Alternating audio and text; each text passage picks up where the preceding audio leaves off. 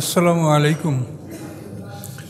সম্মানিত সুধীমণ্ডলী, আমরা ইতিপূর্বে যে মসজিদে আলোচনা করতেছিলাম সূরা শুআরা থেকে, তো ওখান থেকে আমরা সামনের দিকে আগাই।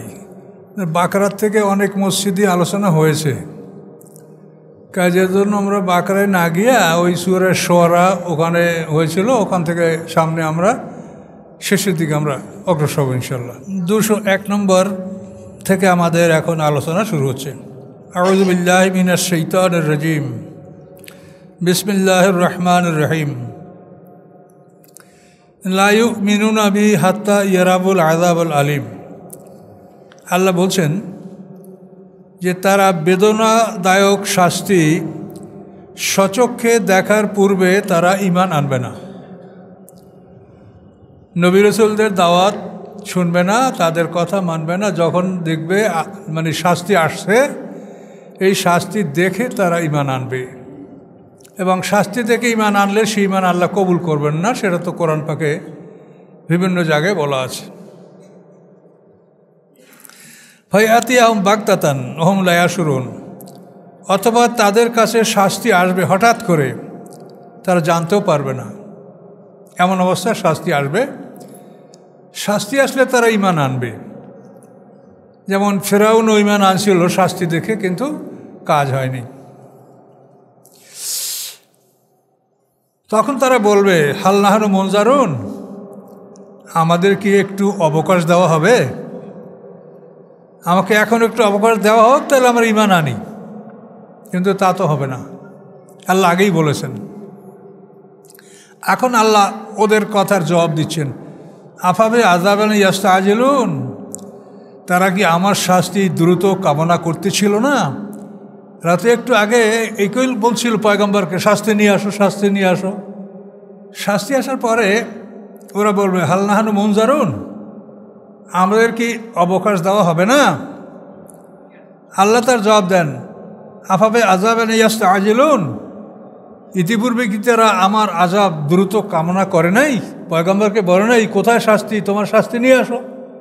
তোমরা বলতেছিলে, এখন শাস্তি আসছে, তারপর তোমরা কেমন সময় চাচ্ছ কেন এখন আবার? আফারাইতা, আল্লাহ বলেন আপনি কি মনে করেন, এন মাত্তা নাহুম সিনিন, যদি আমি কয়েক বছরের জন্য তাদেরকে ভোগবিলাস দান করে থাকি, এটা আমি করব। সুম্মা জাহুম মা কানু ইউআদুন, তারপর আসবে তাদের কাছে ওই সব শাস্তি যা তাদেরকে প্রতিশ্রুতি দেওয়া হয়েছে। এই প্রতিশ্রুত শাস্তি কয়েক বছর তাদেরকে ভোগবিলাস করতে দেওয়ার পরে এটা আসবে। মা আগনাহুম মা কানু ইমাত্তাউন, তারা যে ভোগবিলাস করেছে, এই ভোগবিলাসের সামগ্রী তাদের কোনো উপকারে আসবে না।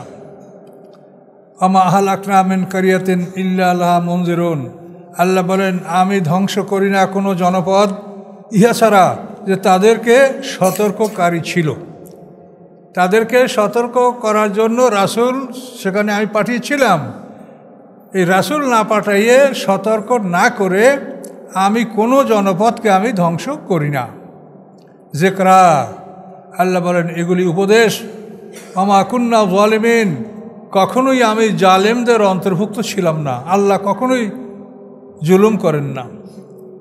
আমা তানাজ্জালাত বিশ-শায়াতিন, কোরআন শয়তানে নাজেল করে না।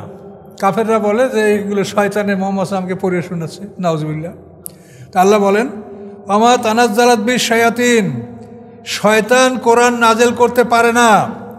আমা ইয়ামবাগি লাহুম, এবং শয়তানের জন্য এটা শোভনীয় নয়। আমা ইয়াস্তাতিউন, এবং তারা তার ক্ষমতাও রাখে না। ইন্নামান ইসসামিলা মাআজুলুন, বরং তাদেরকে কোরআন শোনা থেকে দূরে রাখা হয়। যে শয়তানা যে কোরআন শুনবে, তা তাদেরকে শুনতেও দেওয়া হয় না।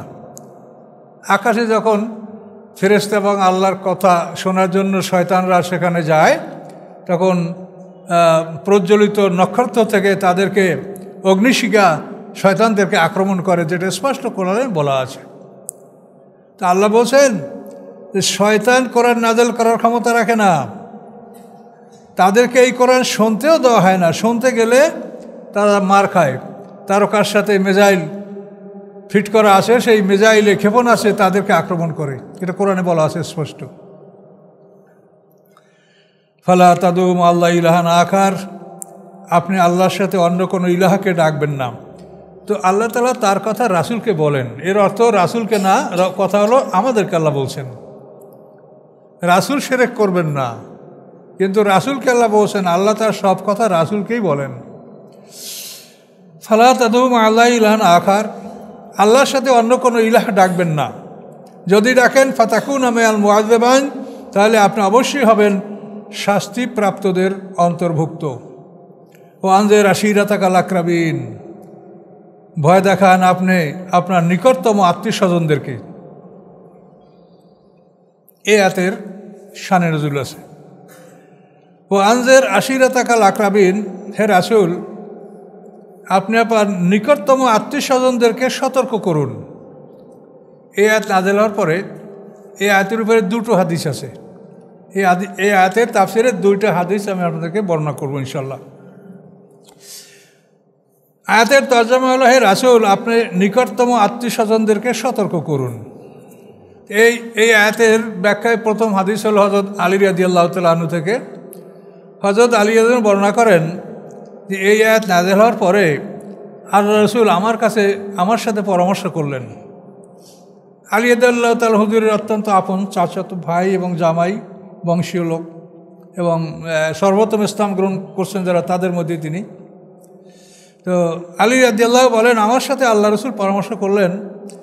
তিনি বলেন যে আমি যদি আমার বংশের লোকদেরকে দাওয়াত দেই তো তারা আরও ক্ষিপ্ত হবে, আমার উপরে তারা আরও ক্ষিপ্ত হবে, তারাই দাওয়াত গ্রহণ তো করবেই না, আরও ক্ষিপ্ত হবে।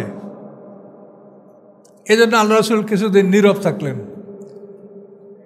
নীরব থাকার পরে জিবরিল আমিন হাজির, তিনি এসে বলেন যে আল্লাহ বলেছেন আপনি যদি এই দাওয়াত তাদেরকে না দেন তা আপনাকে শাস্তি দেওয়া হবে। এখন কী উপায় আছে? তখন হযরত আলী রাদিয়াল্লাহু বর্ণনা করেন যে আল্লাহ রাসূল আমাকে বললেন যে আলী, তুমি 1 সা আটার রুটি প্রস্তুত করো, 3.5 1 সা, এই যে পাত্রের মাপ, যেটা আপনারা সাদা কাতুল ফেতির দেন না, নেসফে সা, ওটা একটা পাত্র। এটা এখনও খুব প্রচলন কমে গেছে। বেতের বাঁশের এরকম পাত্র বানানো থাকতো মাপের জন্য, আমরা ছোটোবেলায় বহু দেখছি, ধান মাপার জন্য। এইটা আদমন, এইটা 10-এর, এইটা 5-এর, এরকম পাত্র। তো এগুলোকে বলা হয় সা, মাপ। তো আল্লাহ রাসূল হযরত আলী রাদিয়াল্লাহু বললেন যে তুমি 1 সা অর্থাৎ 3.5 আটার রুটি প্রস্তুত করো, এবং তার সাথে বকরির পা মিশ্রিত করো, বকরির পা কেটে কেটে তার সাথে মিশ্রিত করে দাও, আর একটা পাত্রে তুমি দুধ ভর্তি করে রাখো। এটা রেডি হলে আমাকে বলবা। তো হযরত আলী রাদিয়াল্লাহু তাআলা 1 সা আটার রুটি তৈরি করলেন, তার সাথে গোশত মিশালেন, ছাগলের গোশত, এবং একটা দুধের পেয়ালায় তিনি পেয়ালাটা দুধ ভর্তি করলেন। এরপরে আল্লাহ রাসূল তার বংশের লোকদেরকে দাওয়াত দিলেন। এই দাওয়াতে আল্লাহ রাসূলের চাচা আবু তালেব, হামজা, আব্বাস, আবুল হাব, এরা সবই এই মিলে 40 জন লোক আল্লাহ রাসূলের বাড়িতে আসলেন। তো আসার পরে আল্লাহ রাসূল হযরত আলী রাদিয়াল্লাহু বললেন যে এদের সামনে খানা নিয়ে আসো। খানা নিয়ে আসা হলো, আল্লাহ রাসূল নিজে প্রথমে খানায় শরীক হলেন এবং বললেন সবাইকে যে আল্লাহর নাম নিয়ে আসেন, সব আপনারা খান। সবাই খেতে শুরু করলো। আরবরা তো বড় বড় থালায়, এক থালায় অনেকজন খায়, তো মনে করেন 40 জনের জন্য 4-5টা থালা হতো, প্রস্তুত করতে হয়েছে, এর বেশি না। তো এভাবে সবাই খাইলো, সবাই পেট ভরে খাইলো। এরপরে দুধ পান করলো, সবাই আসুদা হয়ে দুধ পান করলো। এরপরে আল্লাহ রাসূল তাদেরকে কথাটা যে বলবেন, এই বলার আগেই আবুল হাব বলে উঠল যে মুহাম্মদ সাল্লাল্লাহু আলাইহি ওয়াসাল্লাম তোমাদের উপরে জাদু করেছে, যে খাবার সে জোগাড় করেছে এটা তো আমাদের একজনের খাবার। আর সেই যুগের মানুষের 3.5 কেজি আটার রুটি খেয়ে ফেলবে, এ তো অস্বাভাবিক কিছু না। 2-1 কেজি খাওয়ার মতো মানুষ তো এখনও সমাজে আছে। তো আবুল হাব বলল যে মুহাম্মদ সাল্লাল্লাহু আলাইহি ওয়াসাল্লাম তোমাদের উপরে জাদু করেছে, যে খাবার সে প্রস্তুত করেছে এটা আমাদের একজনেই আমরা খেয়ে শেষ করতে পারি। এই সবাই আমরা খানা খেয়েছি, এবং তৃপ্তি সহকারে খেয়েছি, কাজী মুহাম্মদ সাল্লাল্লাহু আলাইহি ওয়াসাল্লাম তোমাদের উপর জাদু করেছে, চলো এখান থেকে চলো। সবাই হুড় করে বের হয়ে গেল, আল্লাহ রসুল দাওয়াত দিতে পারলেন না। কি হবে এখন? এখন আবার কিছুদিন পরে আবার আল্লাহ রসুল যে অন্য পন্থা অবলম্বন করলেন, সেটা ইবনে আব্বাস থেকে দ্বিতীয় হাদিস। ইবনে আব্বাস রাদিয়াল্লাহু বলেন যে আল্লাহ রসুল এবার কী করলেন, কোনো একদিন প্রভাতে সাফা পাহাড়ে উঠে ডাক দিলেন, ইয়া সাবাহা, হে ভোরের বিপদ। আরব দেশে এই ডাক দিলে সবাই তাকে সাহায্য করার জন্য ছুটে আসে, এটা আরবের একটা নিয়ম ছিল। তো উনি যখন আল্লাহ রসুল সাফা পাহাড়ে উঠে ইয়া সাবাহা বলে আওয়াজ করলেন, তখন সব মানুষ তার বংশের দৌড়ে আসলো। সেখানেও বেশ ওইরকম 40 জন বা তার কিছু কম বেশি হতে পারে লোক আসলো। আসার পরে আল্লাহ রসুল তাদেরকে বললেন যে আমি তোমাদেরকে এমন কিছু বলবো যেটা বললে তোমরা দুনিয়াও তোমাদের বাদশাহী, পরকালেও তোমাদের বাদশাহী। বাড়াইও না সাউন্ড, আগে যেভাবে ছিল ভেবে থাক। আমি তোমাদেরকে কঠিন শাস্তির মাঝখান থেকে, বাইনা ইয়াদাই আযাবেন শাদীদ, কঠিন শাস্তি, কঠিন ভয়ঙ্কর আযাবের মাঝখান থেকে আমি তোমাদেরকে সতর্ক করছি। তোমাদেরকে এমন কথা আমি বলছি যেটা বললে দুনিয়াতেও তোমরা রাজা বাদশার মর্যাদা লাভ করবে এবং পরকালেও তোমরা জান্নাত লাভ করবে। আল্লাহ রাসূল যখন এই কথা বলতে শুরু করলেন, তখন আবু লাহাব বলল, আলে জালেকা জামাতানা তাব্বান লাকা, তুমি এই জন্য আমাদেরকে একত্রিত করেছো, তুমি ধ্বংস হও। তো এই ইবনে আব্বাসের এই হাদিস, এটা বিভিন্ন রকম আছে, আরও এটার বর্ণনা আছে। সেখানে বলা হয়েছে যে আল্লাহ রসুল প্রথমে তাদেরকে বলেছেন যে আমি যদি বলি যে এই উপত্যকায় তোমাদের চোখের আড়ালে তোমাদের মধ্যে একদল ঘোড়সওয়ার তোমাদেরকে আক্রমণ করার জন্য প্রস্তুত আছে, তোমরা বিশ্বাস করবে? তারা বলল, অবশ্যই বিশ্বাস করবো, আপনাকে আমরা কোনোদিন অবিশ্বাস করিনি। তারপরে আল্লাহ রসুল তার এই দাবিটা বললেন যে আমি বলছি যে তোমাদের সামনে কঠিন শাস্তি, তার থেকে রক্ষা পাওয়ার জন্য তোমরা লা ইলাহা ইল্লাল্লাহ বলো। তারপরে আবু লাহাব ওই কথাটা বললেন, তাব্বান লাকা আলে জালেকা জামাতানা। এই যে তাব্বান লাকা শব্দটা আবু লাহাব ব্যবহার করছে, ওই শব্দ দ্বারাই আল্লাহ তাআলা তার বিরুদ্ধে কোরআন আয়াত নাযিল করেন, তাব্বাত ইয়াদা আবি লাহাব ওয়া তাব। মুহাম্মদ সাল্লামকে তুমি তাব্বান লাকা বলছো, তুমি ধ্বংস হও। আল্লাহ বলেন আবু লাহাব ধ্বংস হবে, তার দুই হাত, তার শক্তি, তার হস্তদ্বয় ধ্বংস, এবং সে নিজেও ধ্বংস। তার মাল, তার আওলাদ তাকে কোনো উপকার করতে পারবে না। সে বলছিল যে আমার যদি পরকালের শাস্তি হয়, তো আমার মাল আওলাদ দ্বারা আমি মুক্তি নিব। আল্লাহ তাও বলে দিলেন যে তোমার মাল আওলাদে তোমার কোনো উপকার করবে না। এখানে এই দুইটা হাদিস দেখেন, এই হাদিস দুইটা পরস্পর বিরোধী নয়। কেন? আমরা মনে করি এই দুইটা হাদিসকে আমরা দুইটা হাদিসকে আমরা মানতে পারবো যে প্রথম যে ঘটনাটা হয়েছে এইটা হযরত আলী রাদিয়াল্লাহু বর্ণনা করেছেন, যে তাদেরকে বাড়িতে দাওয়াত দিয়ে খাওয়ার ব্যবস্থা করা হয়েছিল। আর দ্বিতীয় বর্ণনাটা সেটা আল্লাহ রসুল ইয়া সাবাহা বলে পাহাড়ে বলে তাদেরকে ডাক দিয়ে বংশের লোকদেরকে দাওয়াত দিয়েছিলেন। তো এখান থেকে আমাদের যে শিক্ষা, যে আমরাও সর্বপ্রথম আমাদের নিকটতম যারা তাদেরকে আমাদেরকে দাওয়াত দেওয়া উচিত, আমাদের আত্মীয় স্বজন, ছেলে মেয়ে। এবং এ ব্যাপারে আপনি অস্থির হবেন না, তারা যদি গ্রহণ না করে পিড়াপিড়ি করবেন না। আপনার কাজ হলো প্রচার করে দেওয়া, সুন্দরভাবে তাদেরকে বলা। আপনি ক্লান্ত হবেন না, আপনি পরিত্যাগ করবেন না। আল্লাহ তাআলা বলছেন যে ওয়ামুর আহলাকা বিস-সালাতি ওয়াসতাবির আলাইহা, যে হে রাসূল, আপনি আপনার পরিবারকে সালাতের জন্য আদেশ দিন এবং এর উপরে আপনি অবিচল থাকুন। একবার বলছেন শোনে না, তারপর আবার দেবেন না, না আপনি প্রত্যেক ওয়াক্তেই ডেকে বলেন, বাবা নামাজ পড়ো, স্ত্রীকে বলবেন বিবি নামাজ পড়ো, এটা আপনি বলবেন। না পড়লে আপনার দায়িত্ব আদায়, আপনি আল্লাহর কাছে দায়ী থাকবেন না, যার হিসাব সে, কেউ কারো বোঝা বহন করবে না। তো এই জন্য আমাদের আল্লাহ রসুল যেভাবে দাওয়াত দিয়েছেন, আমরা ওইরকম আমাদের পরিবার পরিজনকে দাওয়াত দিব। ওয়াকফির জানাহাকা লিমান ইত্তাবাকা মিনাল মুমিনিন, হে রাসূল, আপনার বাহুদয়, আপনার দুহাত সম্প্রসারিত করুন বিনয়ের সাথে মোমেনদের জন্য। বিনয়ী হয়ে আপনার হস্তদয়, আপনার দুহাত আপনি মোমেনদের জন্য সম্প্রসারিত করুন।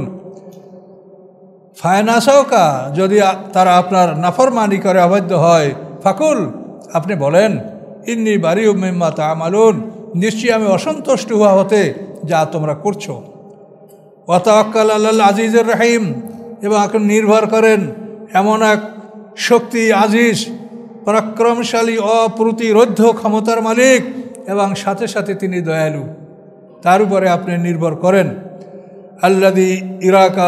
আল্লাযী ইয়ারাকা হিনা তাকুম, যিনি আপনাকে দেখেন যখন আপনি দাঁড়ান, দণ্ডায়মান হন সালাতে অথবা কোনো কাজের উদ্দেশ্যে আপনি দাঁড়ান, আপনাকে আল্লাহ দেখেন। ও তাকাল্লুবুকা ফিস সাজিদিন, এবং সেজদাকারীদের মধ্যে যারা নামাজ পড়ে মুসল্লি, তাদের মাঝে আপনার চলাফেরা ঘোরাফেরা, এই অবস্থাগুলিও আল্লাহ তাআলা পর্যবেক্ষণ করেন। এক কথায় সর্বাবস্থায় আল্লাহ তাআলা আপনাকে দেখভাল করেন। তো আল্লাহ রাসূলকে দেখেন, আমাদেরকেও দেখেন। আল্লাহ বলছেন, ও মাকুম আইনামা কুনতুম, তিনি তোমাদের সাথে আছে, তোমরা যেখানেই থাকো। সবসময় আল্লাহ আমাদের সাথে আছে। আল্লাহ সাথে আছেন, আবার সাথে সাথে কেরামুন কাতিবিন ফেরেশতা কাঁধে বসা আছে। আমাকে বারবার প্রশ্ন করা হয়, আমরা কবর জিয়ারত করি, দোয়া করি, আপনি যা করেন সাথে সাথে ফেরেশতাই লিখছে এখানে বসে। লেখার পরে আসরের পরে এই ফেরেশতারা এই আমলগুলো নিয়ে আল্লাহর দরবারে যাবে। এবার আসরের পরে যারা আসবে তারা রাতের আমল লিখবে, তারা ফজরের নামাজের টাইমে আল্লাহর কাছে তারা যাবে। কাজে আমরা আমলগুলি যাই করি, যেখানেই বসেই করি, কবরের কাছে যাওয়ার অর্থ সব বেশি না। কবরের কাছে গেলে হয় কি, আপনি মনের মধ্যে একটা চিন্তা আসবে যে এখানে আমাকেও শুইতে হবে একদিন, এখানে আমাকেও স্থান নিতে হবে। এইটা আপনার মনের একটা পরিবর্তন আসতে পারে, কিন্তু আপনার দোয়া কালামের কোনো পরিবর্তন নাই। ওটা আপনি যেখানে বসে পড়েন, ফেরেশতায় লিখবে, আল্লাহর কাছে যাবে। আপনি কি চেয়েছেন, কাকে দিতে বলছেন, সেটা আল্লাহ দেখবে যে সে পাওয়ার যোগ্য কিনা। যোগ্য হলে তার আমল নামে ওটা ট্রান্সফার করবেন। এটি সব কিছু আল্লাহ তাআলা করে থাকেন এই সিস্টেমে। কোনো আমল কারোর জন্য বসে থাকে না। আমরা দেখছি আগে মহিলারা রমজান মাসে, হুজুর আমার পরিবারে এই 2 খতম কোরআন দেশে, আপনি একটু এই হাদিয়াটা নেন, এটা বকশিস দিয়ে দেন। তার মানে উনি 2 খতম কোরআন ওনার পরিবারের মেয়েরা ছেলেমেয়েরা পড়ছে, ওটা ওনার বাড়িতেই এখনও বসা আছে, ওটা হুজুরে বকশিস দিলে তারপর যাবে। কি হুজুরেও কিছু হাদিয়া পাইল, কিন্তু হুজুর এটা বুঝাই বললো না যে তুমি যখন কোরআন পড়েছ তখনই ফেরেশতারা লিখেছে, এবং সেই দিনের মধ্যেই, দিনে হলে আসরের পরে, রাত্রে হলে ফজরে, এটা আল্লাহর কাছে চলে গেছে। এটা কিছুই তোমার বাড়িতে বসে নাই। তুমি কি বকশিস চাচ্ছ আমাকে, আর আমি কি বকশিস তোমরা করব। এই বকশিসের ব্যাপার সমাজে আছে। ইশালে সওয়াব, সব পৌঁছিয়ে দেবে। সবকে পৌঁছাবে পীর সাহেব না মাওলানা সাহেব, আমরা বক্তা সাহেব। তা আপনারা তো মাহফিল করানোর নাম ইশালে সওয়াব। ইশাল মানে পৌঁছে দেওয়া। এগুলি যে ভুল, এগুলি যে ধর্ম ব্যবসায়ীদের একটা কথা, এগুলো আপনাকে বুঝতে হবে। এগুলো বলার কারণে আমাদের মানুষ ক্ষিপ্ত হয়। ক্ষিপ্ত হলে কী করবো, আমরা তো সত্যি গোপন করতে পারবো না, আমাকেও তো আল্লাহর কাছে যেতে হবে। ইশাল মানে পৌঁছানো। তো আপনি যা দোয়া কালাম করলেন, দান করলেন, খয়রাত করলেন, এতিম খাওয়ালেন, মিসকিন খাওয়ালেন, আত্মীয় স্বজন খাওয়ালেন, মাহফিলের মেহমানদেরকে খাওয়ালেন, এটা তো সাথে সাথে ফেরেশতারা লিখছে, আল্লাহ দরবারে চলে গেছে। কারণ এইটা সব কিছু করার পরে হুজুরে এখন মোনাজাত এটা ইশাল করে দেবে, পৌঁছেই দেবে। কি এগুলি তো আপনারা করেন। কাজে এই সবগুলো আমরা কী করে আমরা বুঝাবো যে সমাজে আমরা ধর্মকে মানি, কিন্তু এর মধ্যে যে আমরা শয়তানের কিছু কাজ আমরা এর সাথে যোগ করছি, এটা কিন্তু আমরা বুঝি না। এবং এটা আমাদের মনের মধ্যে এমনভাবে বসে গেছে যে এর বিরুদ্ধে কিছু বলতে গেলে আপনারা মাথা গরম হয়ে যায়। কেউ বলে না, এতদিন শুনি নাই, এতদিন শুনেন নাই, কেউ বলে না, এটা কোনো দলিল না। অথবা সবাই বলে, এটাও দলিল না। দলিল হলো আল্লাহর কোরআন, রাসূলের বিশুদ্ধ হাদিস। কাজে এগুলো বুঝে শুনে আপনারা সংস্কারের দিকে আসেন। ফাইন আসাউকা, যদি তারা আপনার অবাধ্য হয়, ফাকুল, আপনি বলুন, ইন্নী বারিউ মিম্মা তা'মালুন, নিশ্চয়ই আমার অসন্তুষ্ট হতে যা তোমরা করো। ওয়া তাওয়াক্কাল আলাল আজিজুর রহিম, এবং আপনি নির্ভর করুন পরাক্রমশালী আল্লাহ, দয়ালু, তার উপরে আপনি নির্ভর করেন। আল্লাযী ইয়ারাকা তাকুম ওয়া তাকাল্লুবুকা ফিস সাজিদিন, ইন্নাহু হুয়াস সামিউল আলিম, নিশ্চয়ই তিনি শ্রবণকারী এবং সব কিছু সম্পর্কে অবগত, সর্বশ্রোতা, সর্বাজ্ঞ। তিনি সব শোনেন সব জানেন। কাজেই আমাদের প্রত্যেকটা মুহূর্তে আমরা কি করছি এটার সাথে সাথে ফেরেশতারা লিখছে। মা ইয়ালফিযু মিন কাওলিন ইল্লা লাদাইহি রাকিবুন আতীদ, একেবারে স্পষ্ট কোরআনের আয়াত, এটা কোনো মুখের কথা নয়। সামনে আল্লাহ বলছেন খুব আশ্চর্যজনক কথা, দেখেন আল্লাহ বলেন হাল উনাব্বিউকুম আলা মান তানাজ্জালুশ শায়াতিন, আমি কি তোমাদেরকে জানাবো শয়তান কোথায় নাজেল হয়? কি এটা জানার আপনার আগ্রহ আছে না? আল্লাহ বলছেন শয়তান কোথায় নাজেল হয় আমি কি জানাবো? দেখেন প্রশ্ন করছে আল্লাহ। তা আপনাদের মনে হয় সবারই আগ্রহ যে শয়তান কোথায় নাজেল হয় এটা আমরা জানবো। কি এখন সামনে আল্লাহ বলেন তানাজ্জালু আলা কুল্লি আফাকিন আসিম, শয়তান অবতরণ করে, শয়তান নাজেল হয় সকল মিথ্যাবাদী এবং পাপীর উপরে। আফাক মানে মিথ্যাবাদী আর আসিম মানে পাপী। তো মিথ্যাবাদীর উপরে শয়তান নাজেল হয়। মিথ্যাবাদী হলো এই শয়তানের সিংহাসন। এখন বোঝেন মিথ্যা কথাটা কি? এই মিথ্যা কথা একটা শিরকের সমপর্যায়ের অপরাধ। আল্লাহ রসুল মদিনার মসজিদের মেম্বারে বসে বলেছেন যে মিথ্যা এবং শিরক এই দুটা সমপর্যায়ের অপরাধ। যেহেতু আল্লাহ তাআলা কোরআন পাকে বলেছেন ফাজতানিবুর রিসসা মিনাল আওসানে ওয়াজতানিবু কাওলা জুর, মূর্তির অপবিত্রতা থেকে তোমরা আত্মরক্ষা করো এবং মিথ্যা কথা হতে তোমরা দূরে থাকো, বর্জন করো মিথ্যা। মিথ্যা কথা এটা শিরকের সমপর্যায়ের অপরাধ। অথচ আমাদের সমাজের অবস্থা কি তা আপনারা জানেন। আপনি যদি হিসাব করেন আপনার জীবনে, যে আপনি সারা জীবনে এমন বলতে পারবেন না যে আপনি 5টা লোক জীবনে আপনি দেখেছেন যারা মিথ্যা কথা বলে না। শত শত না, আমি 5টা লোকের কথা বলছি। আপনি হিসাব করেন আপনার জীবনে কত লোকের সাথে আপনার ওঠা বসা হয়েছে যে আসলেই তারা কোনো অবস্থাতে মিথ্যা বলে না, এরকম আপনি 5টা লোক জীবনে পেয়েছেন কিনা দেখেন। তাহলে শয়তান নাজিল হয় কোথায় জানতে পারলেন? আলা কুল্লি আফাকিন আসিম, যারা অধিক পরিমাণে মিথ্যা বলে এবং পাপী তাদের উপরে শয়তান নাজিল হয়। ইলকুনাস সামা, ওরা সবসময় কান পেতে থাকে। ওরা কান পেতে থাকে আল্লাহ এবং ফেরেশতা কি বলে এর একটা কথা চুরি করিয়ে যদি ওরা আনতে পারে গণকদের কাছে দিবে। গণকরা ওইটা প্রচার করলে সেই গণক যদি একটা কথা রাইট বলতে পারে তাই তার পিছনে লাইন পরিয়ে দেবে মানুষ, অমুক অ্যাস্ট্রোলজার খুব ভালো গণক, তার কথা সব খাটে। এগুলা শয়তানে বহু কষ্ট করে আল্লাহ এবং ফেরেশতারা যখন আকাশে কথা বলেন সেখান থেকে চুরি করে নিয়ে আসে। এটা আপনারা সচক্ষে দেখতে পাবেন। গভীর রাতে দেখবে যে আকাশ এরকম সাঁ করে একটা আগুন এরকম চলছে আকাশে, গভীর রাতে দেখবেন। এই শহরের আলোতে তো দেখা যাবে না, এটা মাঠে যদি গভীর রাতে অবস্থান দেখতে পাবেন। ওই শয়তানকে মারছে, রুজু মারলেস শায়াতিন, স্পষ্ট কোরআনে বলা আছে। ওই আঘাতে কোনো কোনো শয়তান মারা যায়, কেউ পঙ্গু হয়, কেউ পালায় তো সবাই, এগুলি সব কোরআনে বলা আছে। ওয়াকসারুল কাযিবুন, তাদের অধিকাংশ তারা মিথ্যা বলে। এরপরে সর্বশেষ কথা আল্লাহ বলছেন ওয়াশুআরাউ ইয়াত্তাবিউল গাবুন। এই সূরাটার নাম তো শুআরা, কবিগণ। এখন এই কবিগণের উপরে আল্লাহ সর্বশেষ কথাটা এখানে বলছেন ওয়াশুআরাউ ইয়াত্তাবিউল গাবুন, এবং যারা কবি গোমরা লোকেরা তাদের অনুকরণ করে। গাবিন মানে গোমরা, মানে এটা ফার্সি শব্দ। গুম মানে হারানো, গুম হয়ে গেছে, গুম করা তো আপনারা বাংলায় বলেন গুম। তো গুম রাহ মানে পথ। যারা পথ হারিয়েছে তাদেরকে বলা হয় গুমরাহ। কি বুঝতে পারছেন শব্দটা? ফার্স্টে আপনারা ব্যবহার করেন কিন্তু এটা হয়তো বুঝতে পারেন না যে এটা কি ভাষা। গুম মানে হারিয়ে যাওয়া, আর রাহ মানে রাস্তা, গুমরাহ মানে পথ হারিয়ে যাওয়া। তো আল্লাহ বলেন অনুকরণ করে পথ হারা লোকেরা, গুমরা লোকেরা। আলম তারা আন্নাম ফিকিল ওয়াদি ইয়াহিমুন, আপনি কি দেখেন না তারা সমস্ত প্রান্তরে ভবঘুরের মতো ঘুরে বেড়াচ্ছে। কবিদের কোনো ঠাঁই নাই, এরা ভবঘুরের মতো ঘুরে বেড়ায়। এটা প্রাচীনকালের কবিদের কথা বলা হয়েছে। এখন অবশ্য এদের জন্য ব্যবস্থাপনা হয়েছে পৃথিবীতে, কিন্তু স্বাভাবিক অবস্থা যে তাদের কোনো ঠাঁই নাই। ওয়ান্নাম ইয়াকুলুনা মা লা ইয়াফআলুন, এবং তারা এমন কথা বলে যে কাজ তারা করে না। কিন্তু ইল্লাল্লাযিনা আমানু, যারা ঈমান এনেছে তারা নয়। ঈমানদার কবি যদি হয় তা সে এরকম হবে না। ও আমিলুস সলিহাত, এবং যে ভালো কাজ করে এরকম কবি যদি হয়। ও জাকারুল্লাহ কাসিরা, এবং তারা যদি আল্লাহকে স্মরণ করে এরকম কবি যদি হয়, তাহলে এই কবিরা এরকম বাজে কথা বলবে না।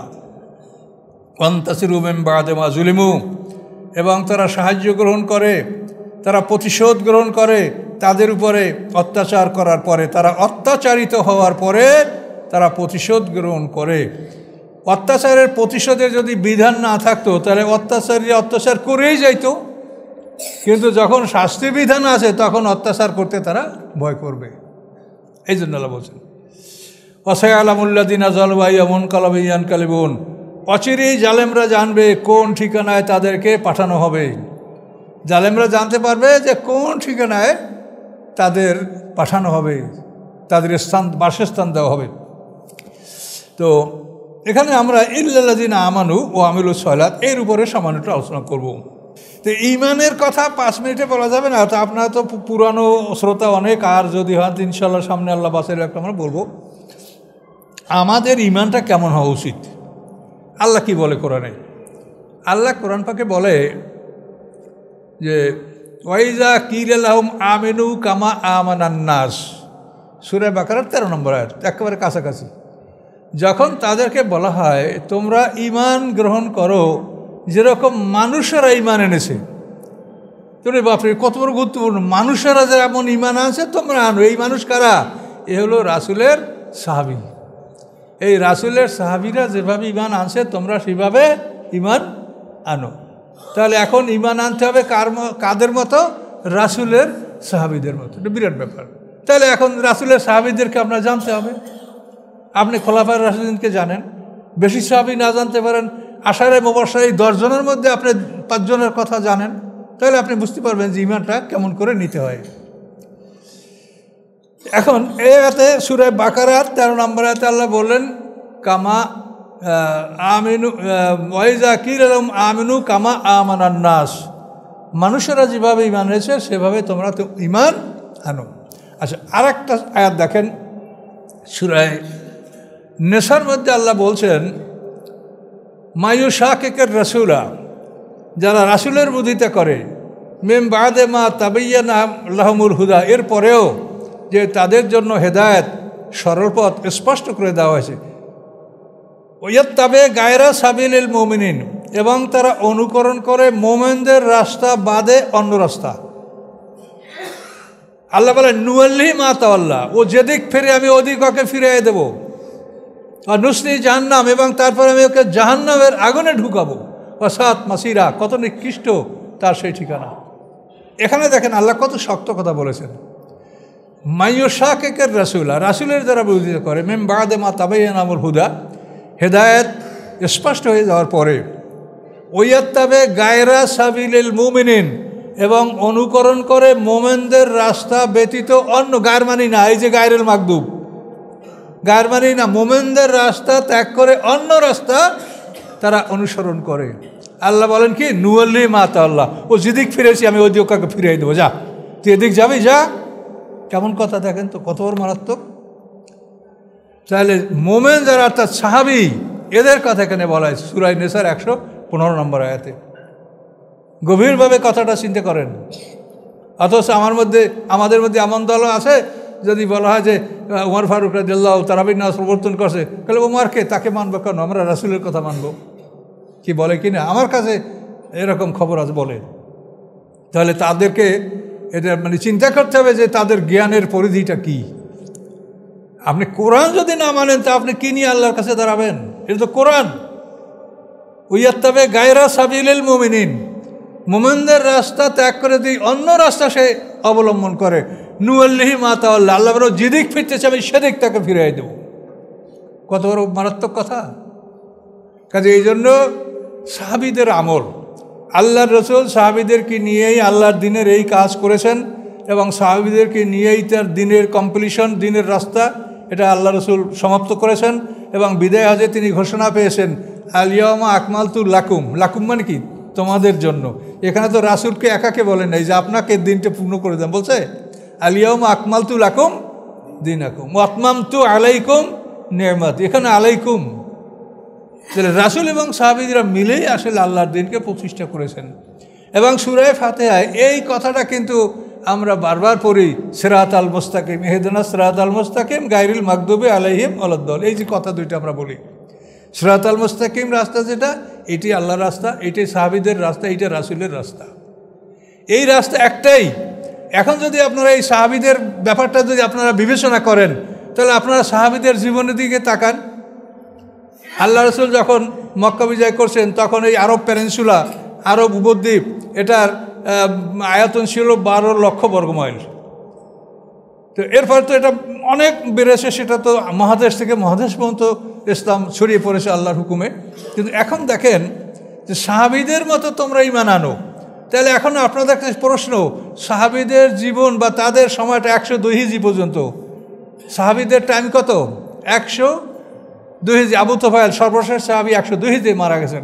এই 102 হিজরির মধ্যে আপনি বলেন যে মক্কায় কতটা মাজার ছিল, কতটা খানকা ছিল, কতটা দরগা ছিল, এটা বলেন আমাকে, হিসাব দেন একজনে, বলেন কি হিসাব দিতে পারবেন? খানকা, দরজা, মাজার কয়টা ছিল? একটাও না। তো তাই যদি হয়, তাহলে আপনারা সাহাবীদের মতো ঈমান আনতে বলা হয়েছে, তা আপনারা কাদের মতো ঈমান আনছেন এখন বলেন? কার সাথে আপনাদের ঈমানটা তুলনা করা হবে? এই জন্য আলেম সমাজ আমরা ঘুমিয়ে আছি। আমরা এগুলি বলি না, সবাই ঠিক আছে। এই শর্ষিনা, চরমনাই, আটরশি, চন্দ্রপোড়া, এই যে কত দরবার, কত মাজার, আর কত দরবার, কত পথ মত, আল্লাহকে এগুলো স্বীকৃতি দিয়েছেন? আল্লাহকে দিনকে বিভক্ত করতে বলেছেন? তিনি বলেছেন সাহাবীদের মতো ঈমান আনো। এখন আপনারা সাহাবীদেরকে অনুসন্ধান করেন যে এই সাহাবীরা 102 হিজরি পর্যন্ত, আবু তুফাইল সর্বশেষ সাহাবী মারা গেছেন, এর মধ্যে কি একটা খানকা, একটা দরগা, একটা মাজার, এগুলি কিছু ছিল? তাহলে সাহাবীদের মতো ঈমান আনতে বলা হয়েছে। এখন এইটা সারা পৃথিবীতে এই কবর আর খানকা আর মাজারে ভরে গেছিল। এখন সৌদি আরবে এইটা আব্দুল্লাহ নজদি, সে এইটা কিন্তু ওখানে ভাঙচুর করে মোটামুটি সৌদি আরব থেকে এটা দূর করছে। এখন আমাদের এইদের সব হুজুরা বলে ওহাবি, মানে ওহাবি মানে শুনলে মনে করেন যে এটা একটা খারাপ জিনিস, কিন্তু ওহাবিটা কী সেটা কি জানেন? এই ওহাবিরা এরাই এটা করছে যে ওই দেখুন ওখানেও কিন্তু এরকম মাজার নাই, কবর নাই। কাজে এই জন্য আপনারা এগুলো বোঝেন, এগুলি তো আপনাদের পরকাল, আমাদের পরকাল, সবার জন্য এই কথাটা। কোরআন দ্বারা আল্লাহ হাসরের ময়দানে বিচার করবেন। হাসরের ময়দানে আপনার কোরআন ছাড়া কোনো কেতাব কি বিচারের টেবিলে আসবে? আলেমদেরকে বলেন, বলবে যে না, কোরআন দ্বারা বিচার করা হবে। কোরআন কি শরীয়তের 1 নম্বর দলিল কিনা? যে কোনো আলেমকে বলেন যে হ্যাঁ কোরআন 1 নম্বর দলিল, তারপর 2 নম্বর হাদিস, এটা মুখে তারা বলেন, কিন্তু কোরআনের কথা শুনলে তাদের গায়ে আগুন লাগে। কেন? এক শ্রেণী, সবাই না। এরা অত্যন্ত দুঃখিত এবং এরা সংখ্যায় বেশি, যার জন্য আমরা কোণঠাসা হয়ে থাকি সমাজে। থাকলে আমাদের কোনো ভয় নেই, আমাদের আল্লাহ আছে, আমাদের আল্লাহ আছে, আমাদের জন্য কোনো ভয় নাই, দুর্বলতা নাই, সব কিছু আল্লাহর কাছে সুপর্দ। তা আপনারা ব্যাপারটা বুঝেছেন কি না? ঈমান আনতে বসে কার মতো? আমিনু কামা আমানান নাস। আর ওখানে বলা হয়েছে ওয়াত্তাবি গায়রা সাবিলিল মুমিনিন নুওয়াল্লি মা তাওয়াল্লা নুসলি জাহান্নাম ওয়া সাআত মাসিরা। এরকম আরও আয়াত দেখেন, সূরা আবার 100 নম্বর আয়াতে আল্লাহ কি বলেছেন? আস-সাবিকুনাল আউয়ালুনা মিনাল মুহাজিরিন ওয়াল আনসারি ওয়াল্লাযিনা তাবাউহুম বিইহসান রাদিয়াল্লাহু আনহুম ওয়া রাদু আনহু। সময় শেষ হয়ে গেছে নাকি? সূরা আবার 100 নম্বর আয়াতটা আপনারা দেখবেন, সেখানে আল্লাহ বলেছেন যে ঈমানের ক্ষেত্রে যারা অগ্রবর্তী, যারা প্রথমবর্তী, মুহাজির বা আনসারদের মধ্যে হতে, আস-সাবিকুনাল আউয়ালুনা মিনাল মুহাজিরিন ওয়াল আনসারি আল্লাযিনা তাবাউহুম বিইহসান, এবং যারা নিষ্ঠার সাথে তাদের আনুগত্য করে, রাদিয়াল্লাহু আনহুম, তাদের প্রতি আল্লাহ সন্তুষ্ট। তাহলে আপনি আমি যদি সিনিয়র সাহাবী, সিনিয়র আনসার, মুহাজির এদেরকে জেনে যদি তাদের আনুগত্য করতে পারে নিষ্ঠার সাথে, তা আমাদের উপরে আল্লাহ সন্তুষ্ট, রাদিয়াল্লাহু আনহু। এটা কোরআনে বলা হয়েছে। আপনি রাদিয়াল্লাহু আনহু খালি সাহাবীদেরকে দিয়ে ক্রস করে দিলেন কোন আয়াতে? কিসের বলে যে সাহাবীদের পরে আর রাদিয়াল্লাহু আনহু নাই? কিন্তু আল্লাহ বলছে যে রাদিয়াল্লাহু আনহু। কিয়ামত পর্যন্ত যারা সাহাবীদের অনুকরণ যদি আপনি নিষ্ঠার সাথে করতে পারেন, কোন সাহাবী? আর সাহাবিকুনাল আউয়ালুন, কথাটা কোরআন থেকে বুঝে নেন। যারা প্রথম, যারা অগ্রবর্তী, তাদের যদি আপনি নিষ্ঠার সাথে আনুগত্য করতে পারেন, তা আল্লাহ বলছেন রাদিয়াল্লাহু আনহুম, তোমাদের প্রতি আল্লাহ সন্তুষ্ট। যেটাতে কিয়ামত পর্যন্ত যারা ওই সাহাবীদেরকে 1 নম্বর সাহাবী অর্থাৎ যারা এই 1 নম্বর সাহাবীর হুদায়বিয়া সন্ধির পূর্বক্ষণ পর্যন্ত যারা ঈমান এনেছে তাদেরকে কোরআনে সূরা আনফালে দেখবেন শেষের দিকে এটা বলা আছে যে নবুয়ত থেকে হুদায়বিয়া এ পর্যন্ত যারা ইসলাম গ্রহণ করছে তারা হলো 1 নম্বর মুসলমান। হুদায়বিয়া থেকে মক্কা বিজয় পর্যন্ত যারা ইসলাম গ্রহণ করছে তারা হলো 2 নম্বর। মক্কা বিজয়ের পরে যারা ইসলাম গ্রহণ করছে তারা হলো 3 নম্বর।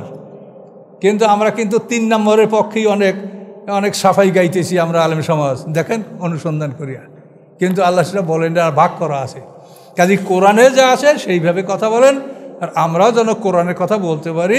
দোয়া করেন, জীবনে আর কয়দিন বেঁচে থাকবো, সবসময় তো আমরা আর কি আর বাকি আছে মৃত্যুর, আল্লাহই জানেন। কাজে এই জন্য আমাদের দোয়া করেন যেন যথাসময় আল্লাহ রাখেন কোরআনের সঠিক কথা বলতে পারি। আর আমি আপনাকে অনুরোধ করব, আমার লেখা বইগুলি, আমি তো মানুষ, সবাই মরণশীল, আমিও মরব। কাজে আমার এই কথাগুলি, আমার বই পুস্তক, আমার কোরআনের তাফসীর আমি লিখেছি, রাসূলের জীবনী লিখেছি, আল-ওয়াদার সিরিজে আমার 11টা বই এখন তো বের হয়েছে। এই কিছু বই বারান্দায় আপনারা যাওয়ার সাথে দেখবেন, এই বইগুলো আপনারা পর্যায়ক্রমে সংগ্রহ করেন। পড়লেই পড়তে ইচ্ছা করবে ইনশাল্লাহ, এতে নিঃসন্দেহ। পড়লেই পড়তে ইচ্ছা করবে। খুব সহজে, হালকাভাবে, খুব সহজ ভাষায় আমি কোরআন থেকে বইগুলো আপনাদের জন্যই রেখে যাচ্ছি দুনিয়ায়। যদি আল্লাহ কবুল করেন, আমার ইন্তেকালের পরে আমি এর সওয়াব পাবো। তো এই জন্য আপনার এই বইগুলো সংগ্রহ করার চেষ্টা করবেন। আসসালামু আলাইকুম রহমতুল্লাহ।